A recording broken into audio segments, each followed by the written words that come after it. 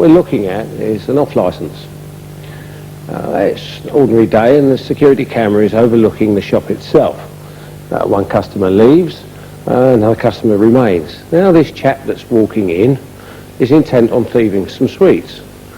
The guy in the background has just picked up a piece of paper, ignited it and throws it into that display by the shop window door. He runs off, and the idea is that the girl behind the counter will be pulled away to put the fire out and the child nicks some sweets while she's doing it. However, it doesn't quite happen that way. And what's actually happening now is you can't see it, but that flame is beginning to grow in both the upper part of that display and the lower. This customer walks in and sees the fire on the display. What does he do about it? Nothing.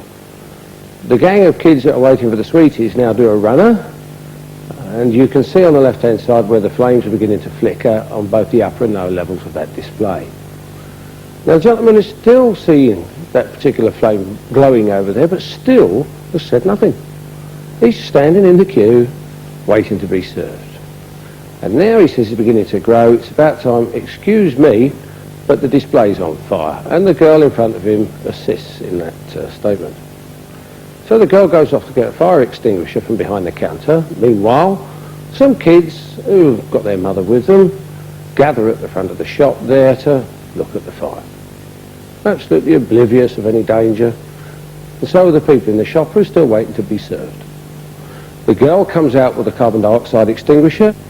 Another customer has just entered and says he wants to give a hand. If you look closely on the left-hand side, when she operates it, she fires it into her face.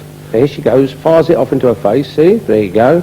He stands back, and so there's another boy that's coming. It's got nothing to do with what was going on with regards to theft, whilst the girl stands back with the fire extinguisher and fans the flames with it. Meanwhile, the children and the mother have left to stand outside the shop. Now, that's the only way in and the only way out of this shop, and the fire's beginning to grow. The girl behind the counter has now handed the carbon dioxide extinguisher over to another customer.